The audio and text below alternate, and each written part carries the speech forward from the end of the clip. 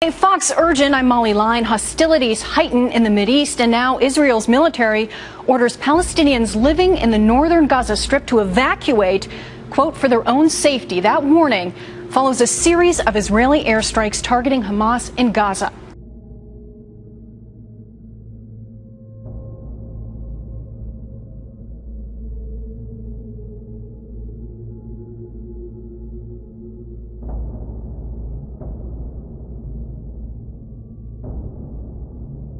The burden of the word of the Lord for Israel, saith the Lord, which stretcheth forth the heavens and layeth the foundation of the earth and formeth the spirit of man within it. Behold, I will make Jerusalem a cup of trembling unto all the people round about, when they shall be in the siege both against Judah and against Jerusalem. And in that day will I make Jerusalem a burdensome stone for all people. All that burden themselves with it shall be cut in pieces, though all the people of the earth be gathered together against it.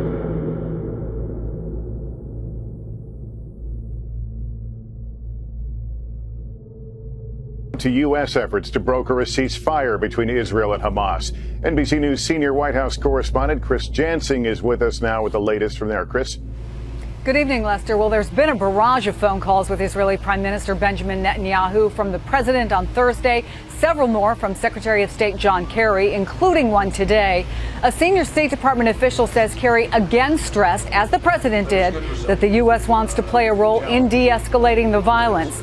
And while repeatedly reaffirming that Israel has a right to defend itself, the White House is leading that international appeal for a ceasefire. Calls from France, Britain. There was a non-binding resolution last night from the United Nations. So what more specifically can the U.S. do? Diplomacy, as always in the Middle East, is complicated. Hamas is a recognized terrorist organization, so officials here do not talk directly to its leaders. But the administration has vowed to use its relationship in the region to try to broker that ceasefire. But of course, it's going to have to put a lot of pressure on both Hamas and Israel. Lester. Chris, as we recall, 2012, Egypt stepped forward to help broker a ceasefire. What are the options in terms of other countries that might take that role this time around?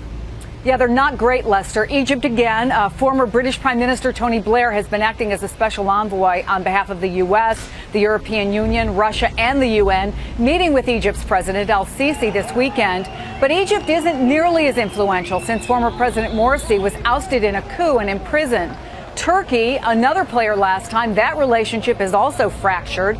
One more possibility may be Qatar. Hamas's political chief lives there. But in response to questions on Friday and today, the White House did not say the president would dispatch Secretary Kerry to the region this week. Lester? Chris Jansing at the White House. Chris, thank you. Britain's former Prime Minister Tony Blair was in Cairo over the weekend to discuss the Israeli-Palestinian conflict. Blair is now a special Mideast envoy representing the EU, Russia, the UN, and the United States. He met Egypt's new president, Abdel Fattah al-Sisi, who warned of dire consequences if the situation escalates any further. Adel Al-Marouki has more.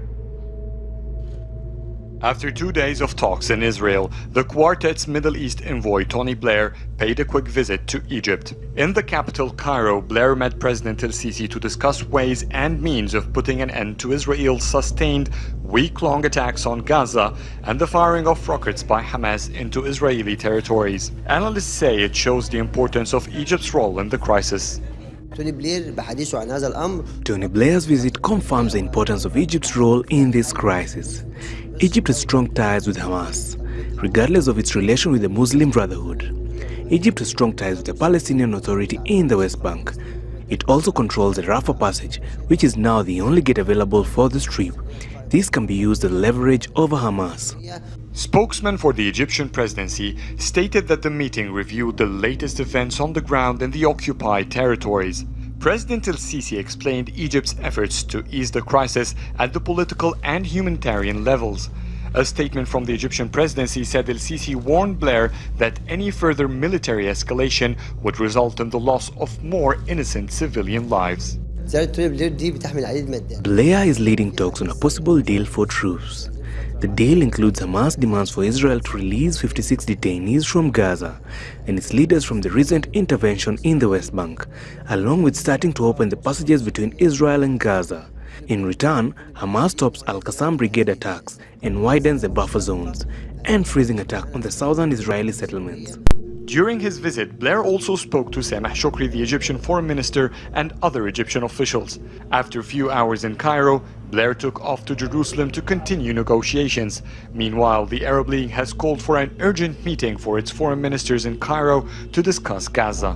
While all concerned parties are rushing to push a truce forward, Israel ordered all residents in North Gaza to evacuate to the south by Sunday, planning more airstrikes and possible boots on the ground for the first time in years.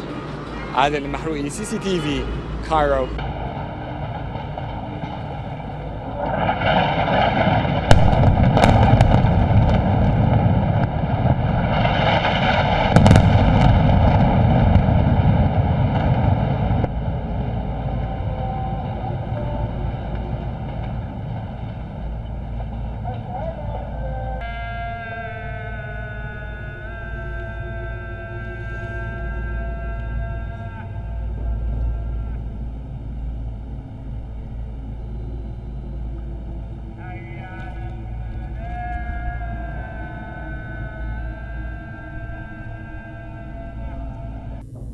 And there are growing fears Israel and Hamas are edging toward an all-out war. According to the Israeli military, more than 800 rockets have been fired from Gaza just in the past week. Nearly 150 of those have been intercepted by Israel's sophisticated defense system called the Iron Dome.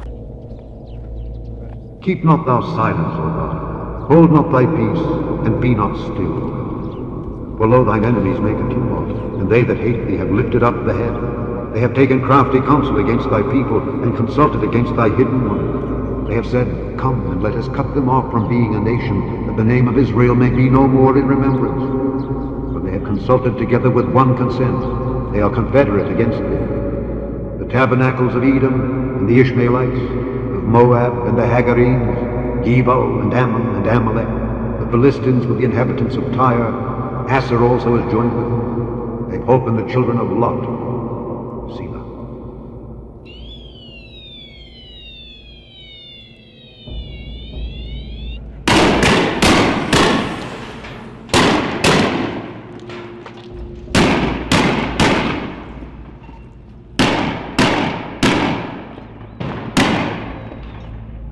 Thus saith the Lord, for 3 transgressions of Gaza, and for 4 I will not turn away the punishment thereof, because they carried away captive the whole captivity, to deliver them up to Edom.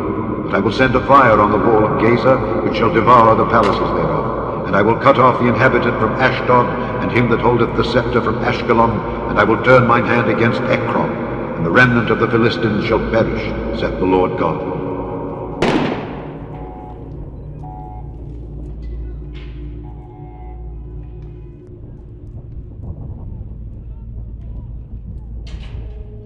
Seek ye the Lord, all ye meek of the earth, which have wrought his judgment. Seek righteousness, seek meekness.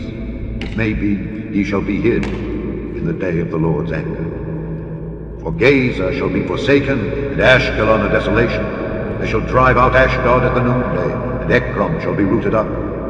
Woe unto the inhabitants of the sea coast, the nation of the Kerethites. The word of the Lord is against you. O Canaan, the land of the Philistines, I will even destroy thee, that there shall be no inhabitant. And the sea coast shall be dwellings and cottages for shepherds, and folds for flocks. And the coast shall be for the remnant of the house of Judah. They shall feed thereupon. In the houses of Ashkelon shall they lie down in the evening. The Lord their God shall visit them, and turn away their captivity.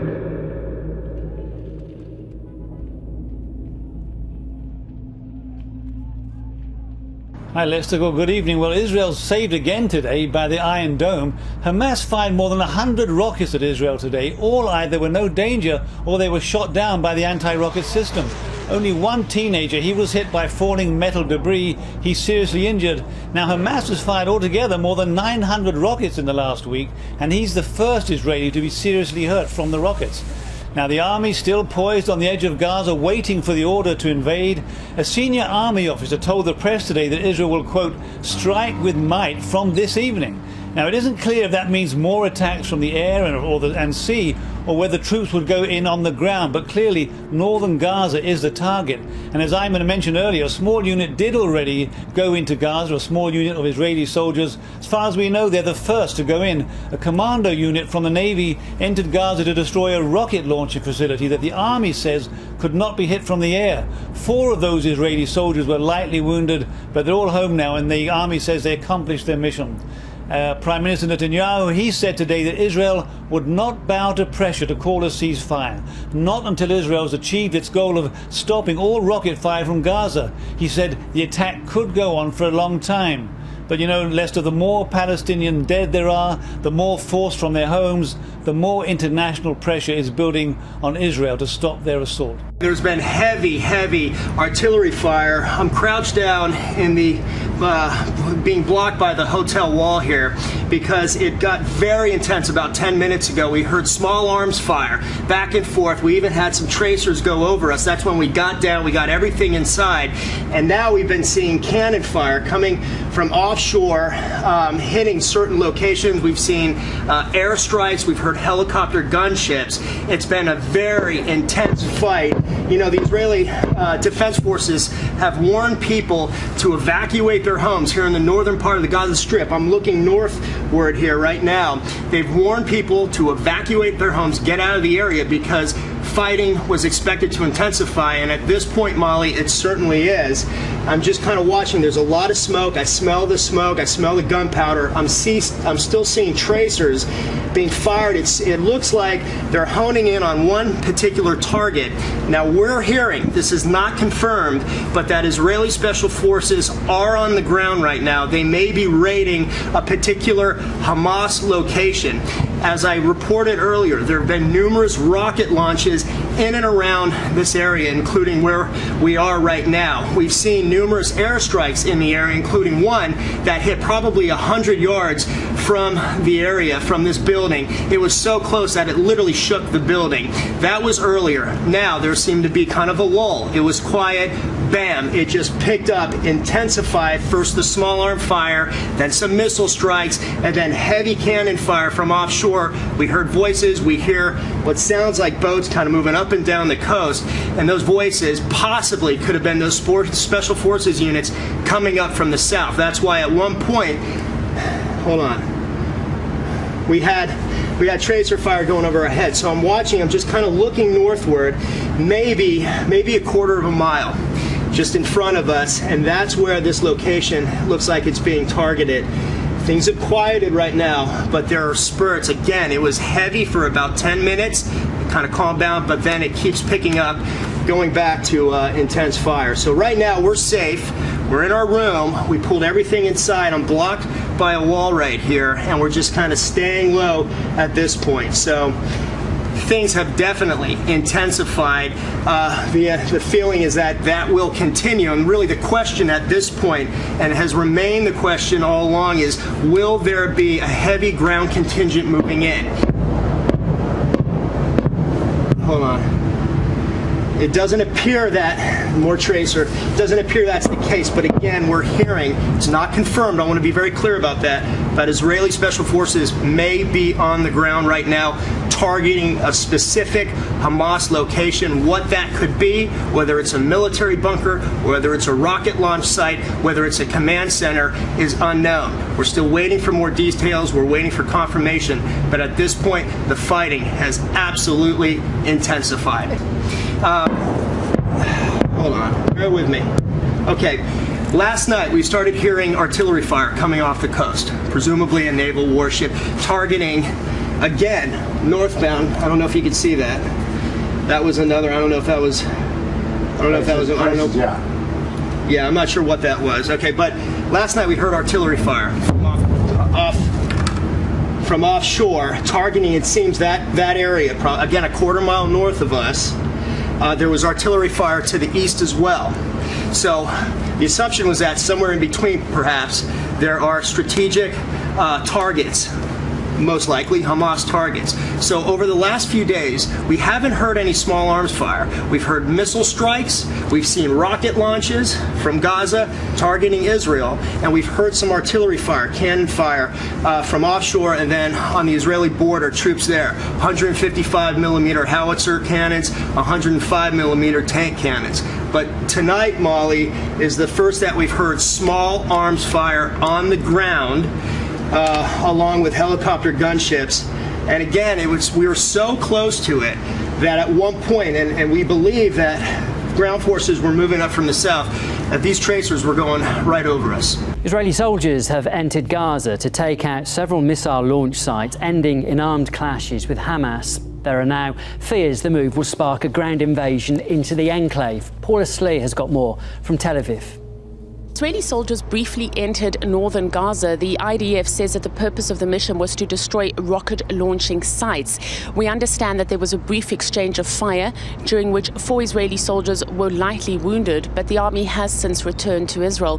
Of course, the question being asked is whether or not this is a precursor for a ground offensive. Certainly the sense on the ground, and from me witnessing the amassing of tanks and armored personnel vehicles and troops along the border, it does seem as if a ground offensive could be imminent, and certainly the Israeli Prime Minister Benjamin Netanyahu has indicated that this is an option that he is considering.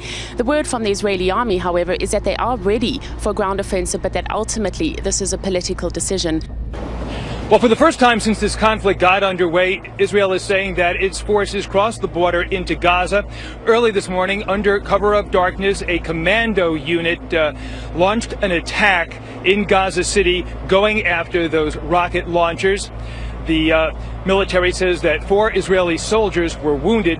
It all happened only hours after central Israel came under heavy rocket attack.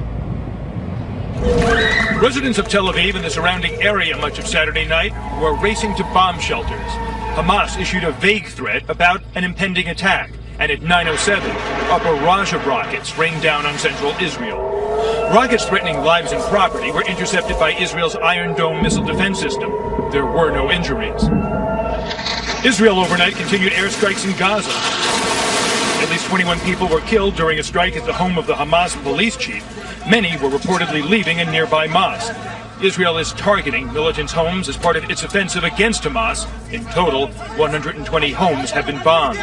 So far, more than 150 people have been killed in Gaza, many of them civilians, including children.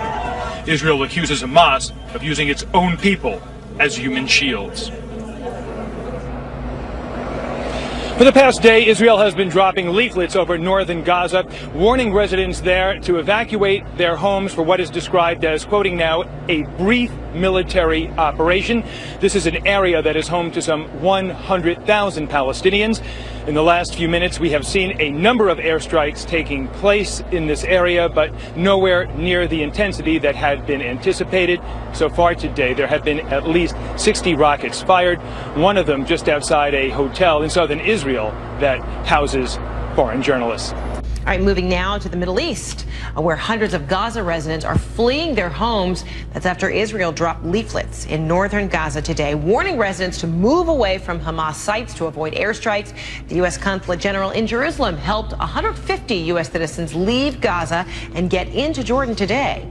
Israel says it's already hit what it calls more than 1,000 terror targets. Yet rockets from Gaza keep coming. The Gaza Health Ministry says at least 168 people have died in Gaza there, and most are civilians.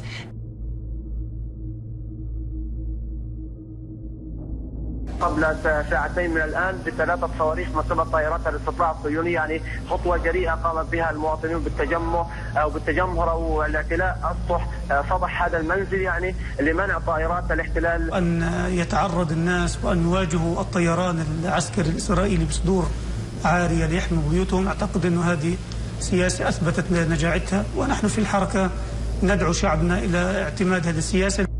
We're using missile defense to protect our civilians, and they're using their civilians to protect their missiles. This can be achieved through diplomatic or military means. Whatever military means, we'll do what is necessary. So I've spoken to President Obama and a good number of world leaders, and I think they all understand Israel's inherent right of self-defense. Overhead, we can hear Israeli jet aircraft. There's also the regular boom of artillery being fired nearby.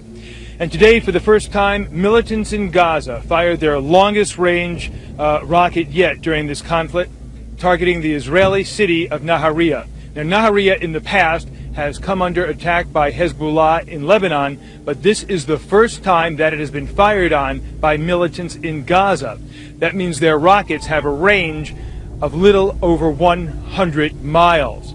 From one end of the country to the other, no Israeli is out of reach from Hamas. Also today, residents in the city of Tel Aviv ran for cover after hearing air raid sirens, and the city of Ashkelon, a 16-year-old was seriously injured by a rocket. Throughout the day, there were rocket attacks and sirens going off in dozens and dozens of Israeli cities.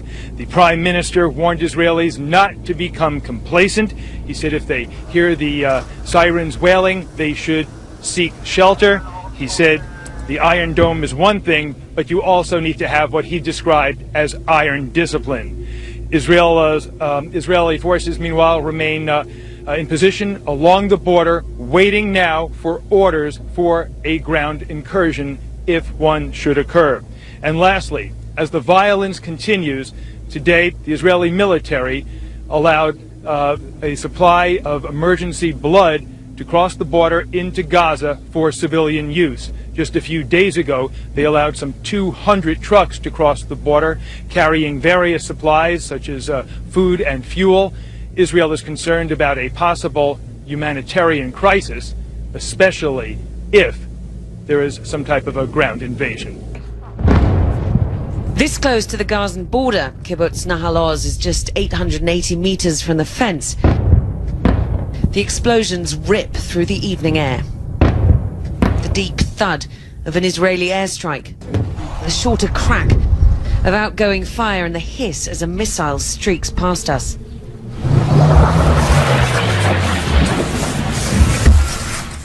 We just heard a rocket go very, very close over our heads. These playgrounds aren't full of children anymore. They've all moved to a kibbutz in northern Israel, hoping it'll be safer there. Though just Friday morning, a rocket came into the north from Lebanon. The people here tell me, though, that it's not just the rockets they're scared of. They're scared of militants from Gaza tunneling in. Benny Seller runs the security at Nahal Oz. Now Operation Protective Edge is underway, he carries a gun. Like most Israelis, he has a dim view of Hamas. Unfortunately here, the Hamas use the civilians, you know, they hide behind the civilians, the civil people. That's why kids die here. And here's a soldier in the front, and all the civilian in the shelters. And the other side, the civilian outside and the Hamas inside the shelters. It turns out what we'd heard was an anti-tank missile. It had hit a military jeep near the base next door, injuring 2 soldiers. Israeli tanks fired back, but the rockets from Gaza keep coming. As you can hear, another one of the red alerts. There was a mortar that came over yesterday and hit that building here in Nahal Oz. This is the moment where you're meant to look for the nearest shelter and get inside it. And each house has its own shelter. Well, this is our own shelter, but it's not a bomb. Siobhan Rachamim says she'll spend the night in her safe room. Her husband and daughter all tucked up there together. They're sorry it's come to this. We used to have a good relationship with them. I mean, we had friends in Gaza who were even at my wedding. And we used to go into Gaza on Saturdays and go and eat hummus and sit there at the beach. Most of the people there want peace, want to. But now the call from the leadership on both sides seems more like a battle cry, even as the people pray for their lives to go back to normal. Ambassador, as we've been reporting, Israel sent in that small group of commandos who infiltrated northern Gaza to take out some of those rocket launchers. Do you think this potentially could then lead to a full-scale invasion of Gaza?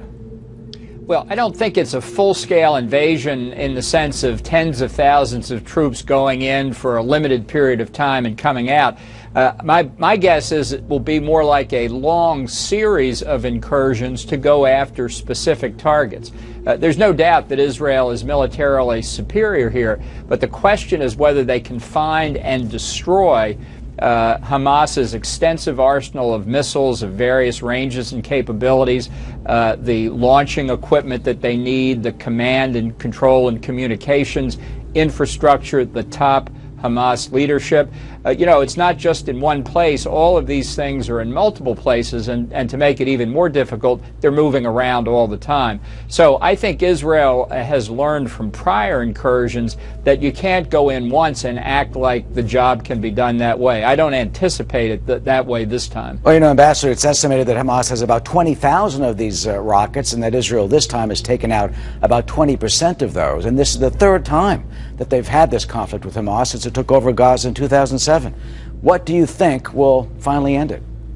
Well, I think that shows pretty clearly why this kind of effort to go in and sort of neutralize Hamas's capabilities ultimately just helps perpetuate the cycle of violence that people like to talk about all the time. I think Israel would be fully entitled here, not just to respond to these rocket attacks, not just to try and find and destroy some of the rockets in their launchers, but to destroy Hamas. That's what the problem is. This terrorist group is determined to eliminate Israel. That's its objective. And when you consider Hezbollah operating out of Lebanon in the north with the same objective, it's very hard to see why Israel has been as restrained as it has been, other than U.S. and European pressure. Well, is that even a reality to potentially, as you say, destroy Hamas? Look, Iran apparently is backing it. Tehran's sending those Fajar 5 missiles that can now hit Tel Aviv. What is Iran's goal? And how do you dismantle Hamas when they've got the backing of the mullahs in Tehran? Well, I think Israel could certainly do it, but I think it's constantly worried that if it really does undertake an operation it, in my mind, is perfectly entitled to do in the exercise of its inherent right of self-defense, that the rest of Europe and the United States will put pressure on them and they will lose their allies. In fact, what Israel is faced with is a never-ending series of pressures which actually mounts every day that goes by as Iran gets closer to nuclear weapons. And let's be clear, I think a lot of the equipment, a lot of the missiles in particular that Iran has given to Hezbollah and Hamas are being put there in anticipation of retaliating against Israeli civilians if at some point Israel goes after Iran's nuclear weapons program. We utilize our special forces in order to do special missions. The site that we attacked is deeply involved with the long-range rockets that have been showering Tel Aviv, showering north of Tel Aviv, showering Jerusalem. So we thought it was necessary to utilize special forces to carry out a special mission. Indeed, they made their mission. They were able to succeed in their mission. There was impact and a conflict with terrorists there on the site. We had a few scratches and grazes, but nothing substantial. On the Israeli side. On the Israeli side, Palestinians, we had air support on site as well.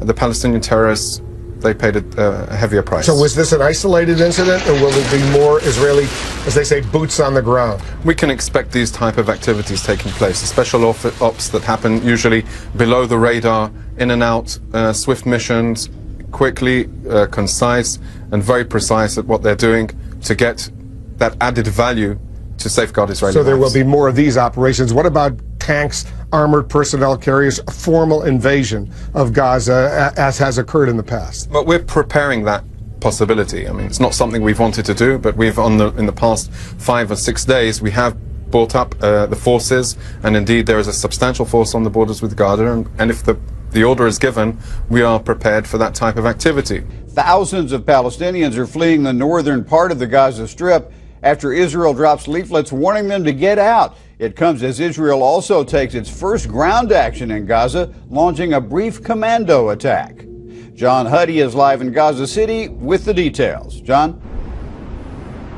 Jim, what we're seeing at this point is some serious action already. Numerous rockets were launched behind me to the north here, maybe about a mile. Some were intercepted by Israel's Iron Dome defense system. We've also heard heavy artillery fire off the coast, most likely from Israeli naval vessels targeting what appears to be that location. And by last night, that area was hit hard by those Israeli commandos, Israeli special forces, as we know now. There was an intense firefight targeting Hamas militant locations. It started with small arms fire, and it developed into it intensified into heavy artillery, and then numerous air strikes. And at one point, we thought we were caught in the crossfires. There was a stream of tracers, some of which went over our heads at one point, and I'm just going to keep my eyes open. I'm hearing what sounds like a fighter coming in, and usually when you hear that sound, not too long after, you see and hear the airstrike. Now, as you mentioned, yesterday and also today, the Israeli military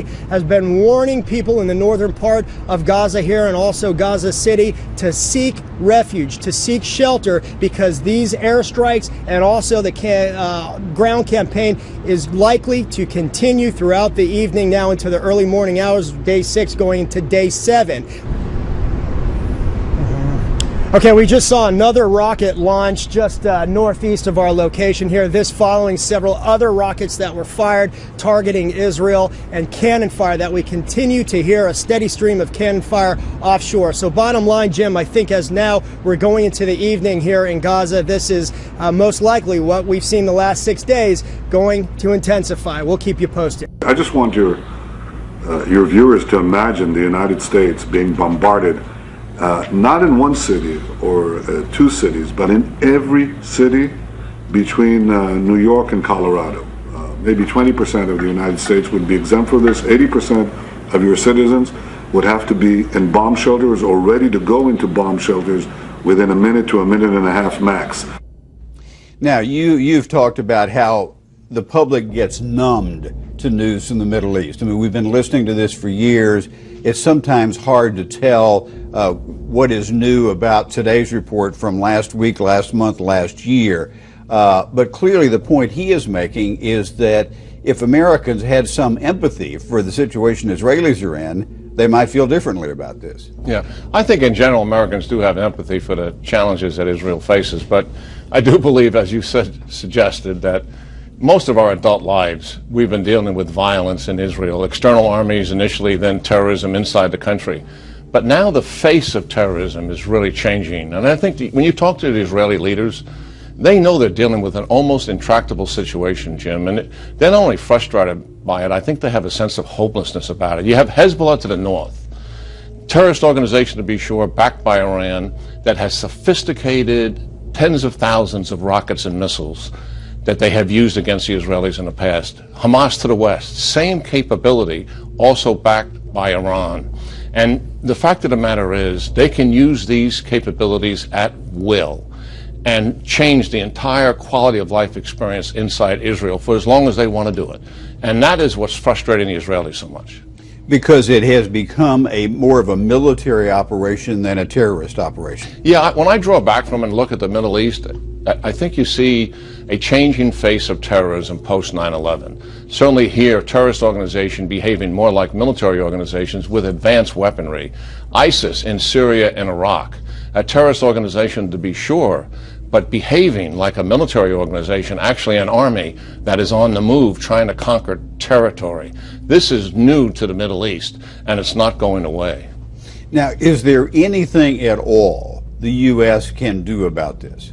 Not much. I mean, the fact of the matter is, I think the Prime Minister is showing enormous restraint here in terms of what his objectives are as he spoke to Brit Hume this morning and saying he wants quiet. And what that means, he wants a ceasefire. He wants Hamas to stop firing his rockets. What he's not saying is, I intend to destroy the entire infrastructure of Hamas's weapon system, or I intend to destroy Hamas. He is not advocating that. He will do as much as he can to force Hamas to change its behavior. That's what he is going to do. Any chance of a ceasefire? Just a few seconds left. Well, eight days in 2012, over a month because of ground invasion in 2008. I think this is going to go on for days longer. and we'll see a rise in Palestinian casualties, and also those rockets are going to continue on Israel. General Jack Keane, thank you very much, sir.